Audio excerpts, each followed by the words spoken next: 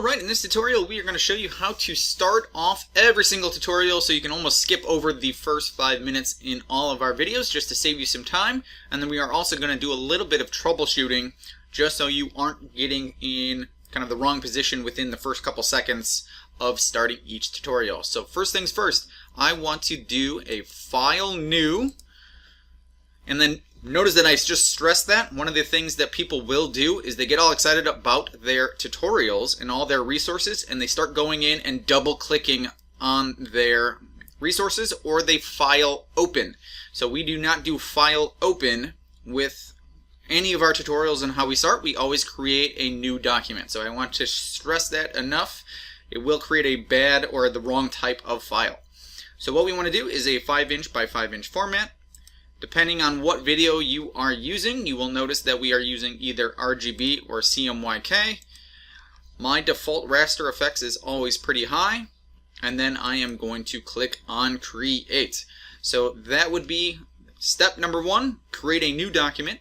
Step number 2 is we are always placing our anchor point guides. So I am going to be stressing that quite a bit, where we go File, Place. Again, we have already downloaded all of our files, so we've already extracted them. Notice that I am in my downloads and I'm not doing anything on our Dropbox account. And we are going to be looking for our anchor point guides. Just double click on that, and then I'm going to be scrolling down until I see our popsicle.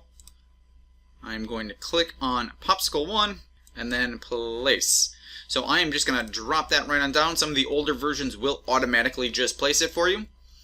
Notice up at the top I do have Align to Artboard, so I have all of my align tools. If you do not see that, more than likely you have that icon. So you just have to switch it over to Artboard, and then I can center and then center. Do pay attention that you do have your align panel over to the right, and then you can do the same thing. Again, you do want to make sure that you are aligning to the artboard. So that looks good. The next thing that we always do is create a template layer. So if I am in my layers, there's really 2 versions that we typically do. The first one is, and the really easy version is just click on template. So it's going to notice it's going to lock it out, and it is going to put some opacity over each one of them. Now this is still a little bit dark for my liking. So let's just say, hey, I want to make it a little bit more transparent. I can remove that template layer.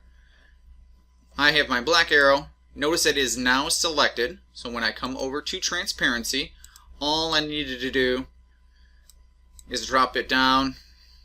And as long as I can see it, then you're okay. So the more and more you're kind of aware of what everything is, this can drop down pretty low. So if you say, hey, 10, click on return, as long as I can see it, then you're okay. So if I zoom in, I can still see all that. So you do not necessarily need to have it very, very dark. Reasons why we drop that opacity is when we start doing our drawings on top of it.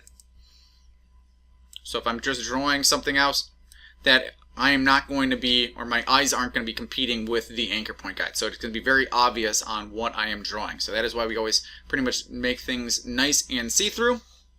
I'm going to delete that, Control 0.